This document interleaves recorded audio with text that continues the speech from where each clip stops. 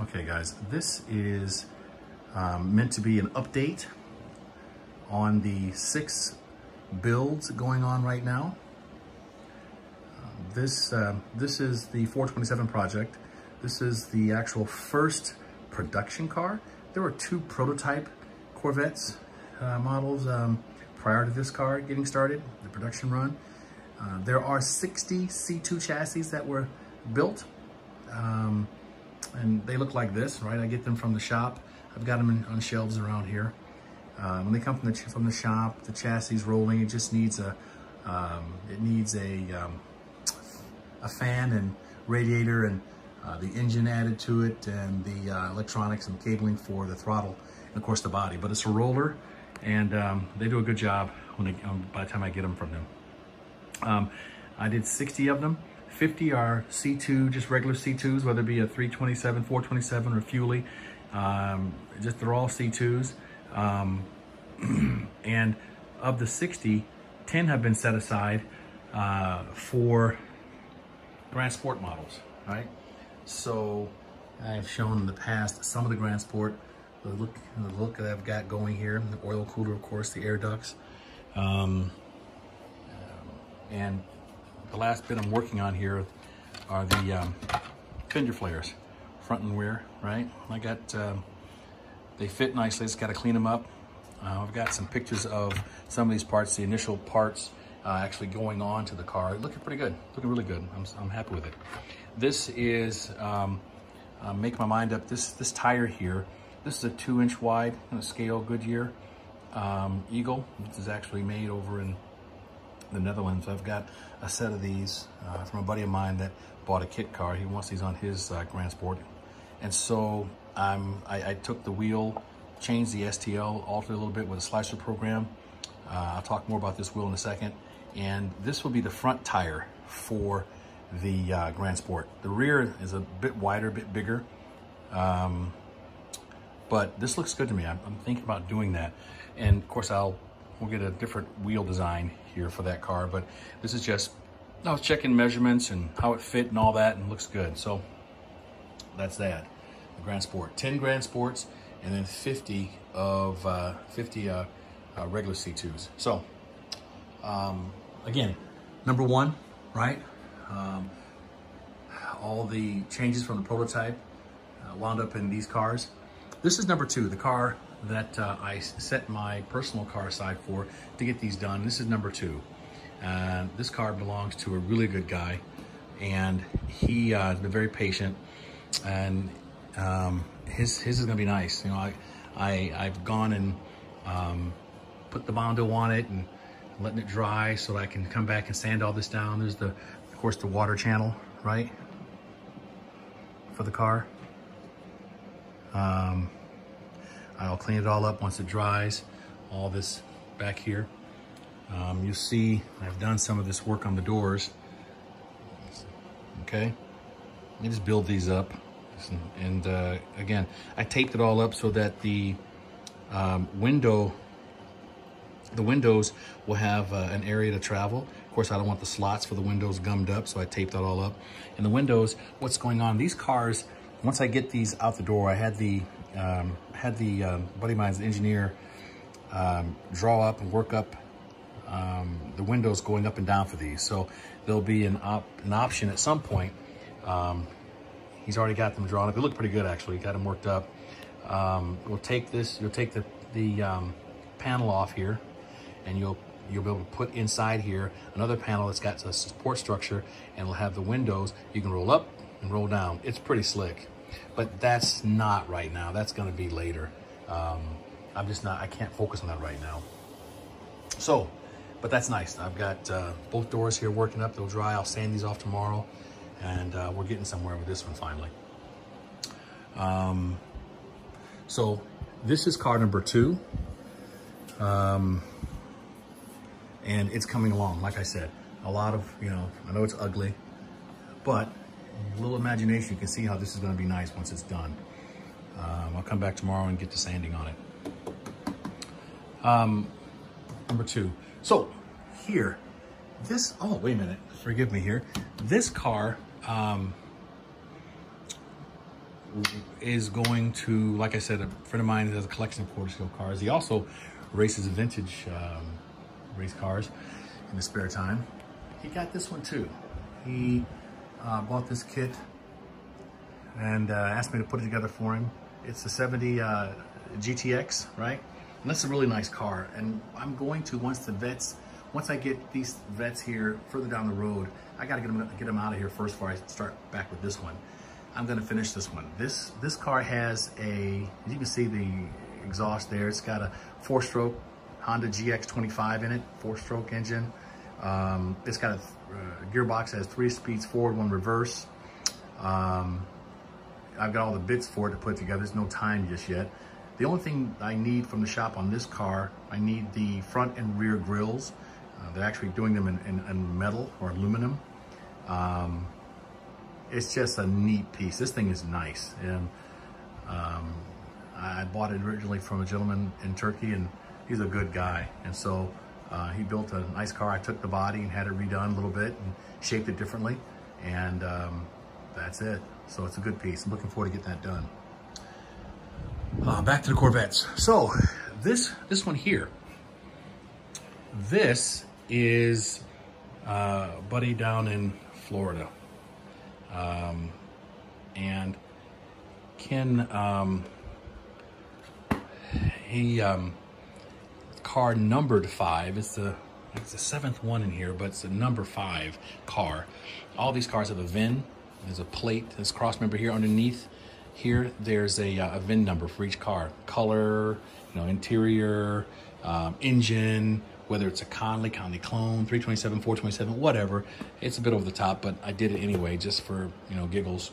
But this car, I'm going to, once I get going, I'm going to actually detail the build of this so people get an idea of what has to go into this car. I think there's been, it'd be nice to put one together and just show the whole thing as it goes together versus what I've been doing. So that's gonna happen with this car. It won't happen until I get a little further with a couple of the builds, but that's coming. Ken's patient, and his patience will be rewarded. So this is to come. This is a really neat piece, and I'll talk a little bit about it later. I will say this much about it. The very first thing I do here, these floor pans come in pieces. I print them out in 6 parts in PET G, kind of thick. And what I do is I put them on the chassis. And these chassis are straight. They really are. They come from the shop, the jig and this is nice. Even so, what I like to do is put them on the chassis and kind of lightly glue them together, all 6 pieces, and then I put a little heat to them, right? Heat them up a little bit, and I make sure that they fit perfectly into the chassis. And then I let it cool, right? And I break it apart. It's not really glued together that well. Break it apart, pull it apart, and then I epoxy all this together. I've got these slots and all these grooves here, and so I epoxy together and sand it all down and all that, and we get a really nice, solid, really hardcore floor pan. So more on that later. There's a lot to do there. Let's see the next car. Okay, this one. This is a friend of mine, Chris. It's a buddy who asked. He's asked for this 63. He's a car guy. He's got neat collectible cars and actual cars. He also has some neat quarter scale cars. So this car here, what I've done is I've gotten his doors put on, and these doors are really nice. The doors are the hardest part for this build, by far. The toughest thing. There are a lot of tough elements, don't get me wrong, but the doors are the ones where it just has to be right. It's gonna look goofy. So, what I do is I get the doors, I take them, I trim them. First thing you do, you gotta get a nice, consistent gap here all the way around. And so that's the first thing I do. And then I come back and I shim it up, put it in place, tighten it down so that you don't get any wobble in it. And there we go. It's just nice. I call these doors finished at this point, this part of the build, once this happens, and that is this. Once I got them trimmed and shimmed and they line up like this, you see the points here? And I'll show you where I look at this, that line there. and I look back here and I see how they line up, and that's what I'm looking for. Right there, right here, okay? So the top hat portion here, what I call the top hat on these cars, I'm really not as concerned about, because as you can tell, it's a little off, right? It's just a little off, and that's okay, because once I put the top of the door frame, it does that. I epoxy it, it pulls it in, and talk about making a beautiful, beautiful line. It's just nice. Same thing with the other side, the exact same thing. I look down the line, I say, okay, that lines up nicely, that lines up nicely back there, okay? And the top, let's see here, close it up. The top is a little off, but that's okay. It's okay. Some are a little off more than others, but that again, that gets rectified later. So what I've done is I got the front jambs here. I started sanding his dash. You know, this is post-production right here, right out of the printer. This takes a long time to print, by the way. It's fairly thick, and I mean, this takes, man, I don't know how many days it takes. I forget now, 3 or 4 days to print this, 4 or 5. I'm not sure. I gotta look at it again. But the point being, once they're printed, I start sanding.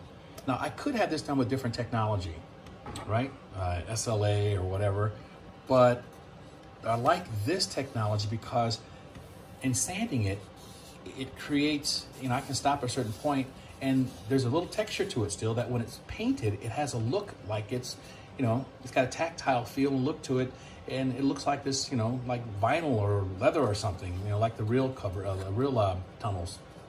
So I love doing it with this material. This is PET G as well. You know, this is, of course, the void for the Bluetooth radio, right? Here's where we lined it up underneath. And what I do is, I forgot that I have to have a hole here, so I have to drill the hole here in these. The next ones I have the holes already printed in them, but I drill a hole into this, into the base, right here, right there. And I do that because the Bluetooth speakers have a reset, right? So if you lose connectivity with the Bluetooth speaker and your phone or whatever it is you're playing it off of, all you have to do is reach underneath and poke it through with a pencil or something and reset it, and you're good to go. So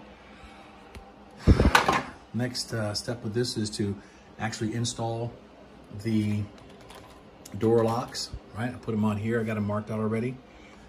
And once I install them, it's temporary. I install these. It tells me where exactly the strike should be. So then I install the strike. And I go from there. So this one is also already had the, I've cleaned up, rough cleaned up or sanded these, got some light here. The buckets, right? It's not bad. I started notching them as well. I just started notching these. Got a ways to go. But I've marked these. These splines have a nice mark on them, so I know where to slide this spline into the pivot and servo mechanism here for left and right. So that part's done. It's just, you know, onward we go. So the hood is already lined up. These hoods are beautiful. That's fine. And so that's where I am with this one. We'll keep working on it. It's the 63 split window. Let's see. This one. This is my buddy Dave. This is one of 2 of his cars. This is the one I first did the boots. He's the first one that asked me to do the boots for him on his car. And I did it without considering the body. I forgot. I put too much material on the boot. So I got to go back and redo that. And that's fine. It was cool to do. I know I do it really quickly now, or quicker, I think. His bits and pieces you see here, I put the lights actually into these buckets. I've got them marked where I got to trim them out. Again, here I've started rough sanding. I took a lot of some of the rough edges off of these. They look good. I actually put the bulbs in before I go ahead and do any painting or priming, because just doing this, you know, with all this, I don't want to scratch stuff up, so I just do it now, and then I can unplug them, of course. I unplug these, and then I just wrap the wire while we prime and paint these things, get them ready. Of course, here are the hinges for the hood. These are, of course, the pivots and the servos for the bucket lights. They too have been marked, so I know where exactly. I know where exactly the spline I need to line up so that they fit. Not only do they fit in the void properly, but they fit so that I know that when it's set 0, they're sitting where they're supposed to be, resting at the proper place. Doesn't sound like a lot, but it's a pain.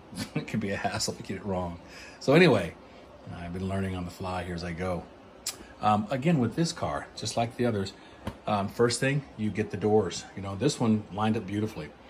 Again, I look at down the line here, right there. You can see that line looks good right there. Right there. And you can see right here too. It looks good. And top hat lines up pretty good too. All right. This side, same. A clean look. Yep. So I get the focus down there. There we go. There we are. It's a nice line there. And the top hat looks good. It's not bad at all. It's close. And again, I'll pull that in when I fix the frame.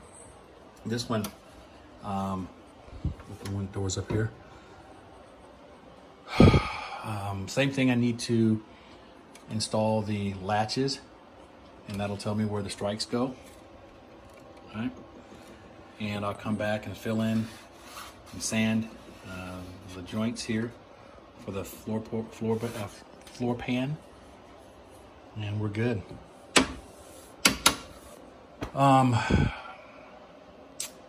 Let's see here. Yes, right.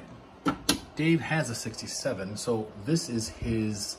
He also bought this one because he wanted something to match the 67. He's actually building this one himself. This is the chassis, rolling chassis for that 67. He's gonna put Conley in that one. This will have a Conley clone in it, but his 67 is a really good looking car too. There's some differences in these 67s. It's just it's really cool, right? Just a different body, you know. It's got the fins. It's just really neat. I mean, this is cool too. I'm gonna build a couple of these for myself, the 67s. Got some neat ideas. So you also notice the Grand Sport pieces here, right? I've been working on that, and what I've done is got the oil cooler and the cover, and of course the air scoops. Considering this tire here for the front, neat tire, Goodyear, good detail out of the Netherlands here, Goodyear, Eagles. And right now I'm finalizing the Fender Flares, front and rear, right?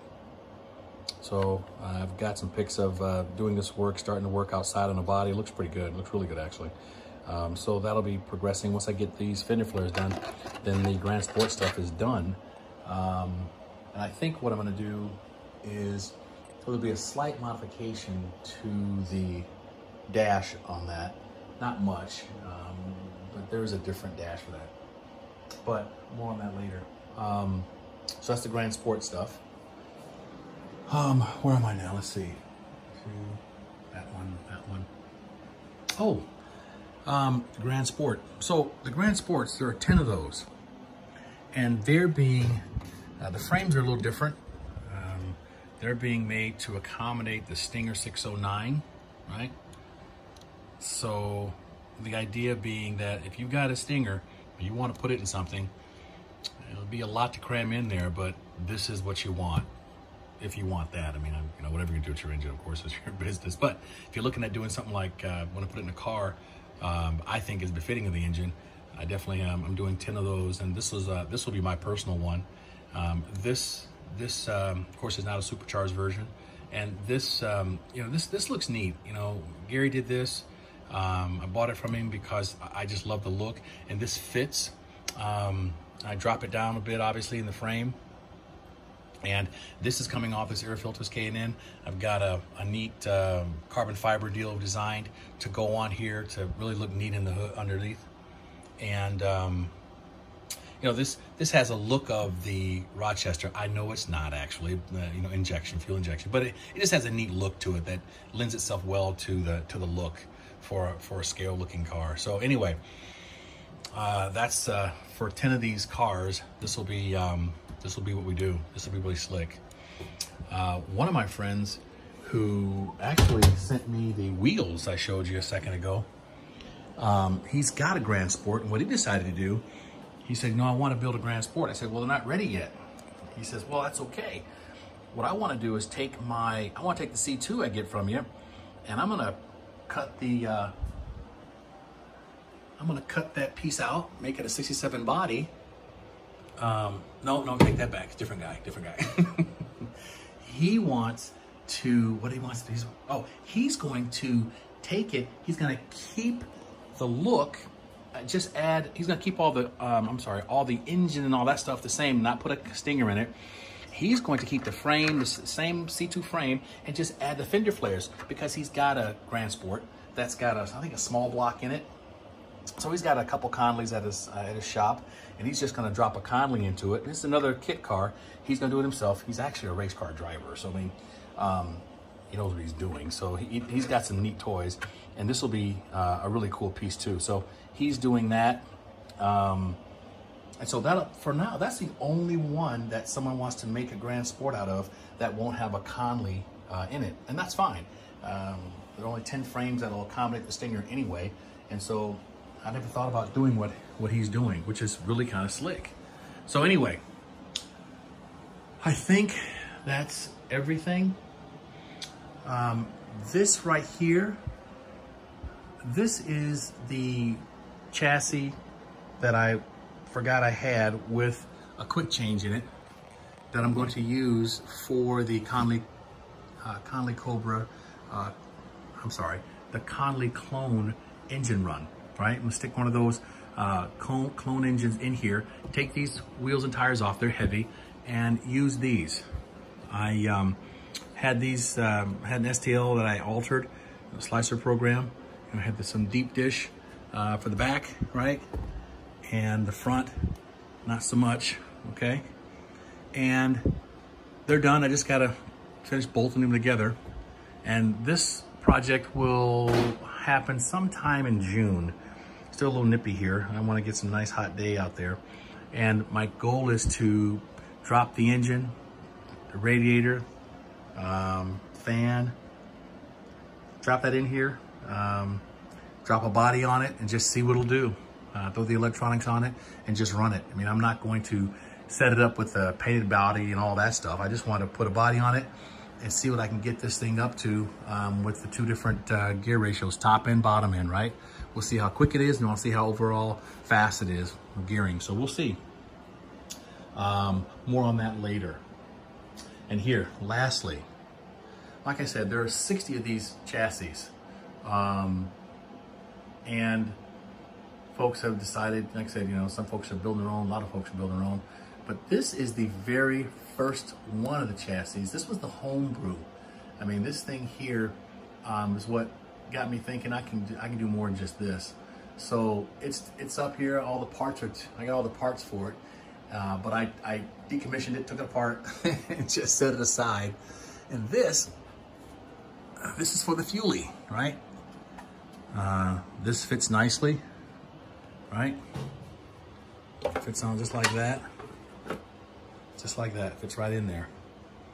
And I'm using it, of course, for the Grand Sport as well. The only difference is that I'm gonna have this cover for the fuel line actually come to the side, because in the Grand Sport, the fuel cap's on the side here, right? So I'm gonna just slight alteration. Other than that, this is nice. It's a nice piece. Fits, works. So I'll put it back.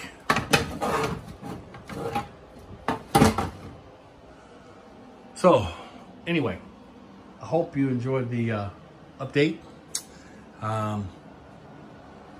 Stay tuned. Oh, wait a minute. One more thing. I just remembered something. These came in the mail today. Little pulleys for my alternator idea. Okay? I finally got these in the mail. So the idea here is set this off somewhere in there, right? So we have an alternator, and I've got an idea what I'm going to do with this because it does produce charge. I know exactly what I want to do with it, and I've got a fairly, was it 42? I forget the gearing, the teeth, number of teeth, 1642, 1640, I forget. Anyway, I should produce enough charge for an idea I have. More on that later, but I just wanted to show you that this is a good look. It really is a good look.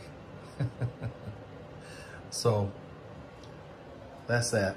I just wanted to give a quick update.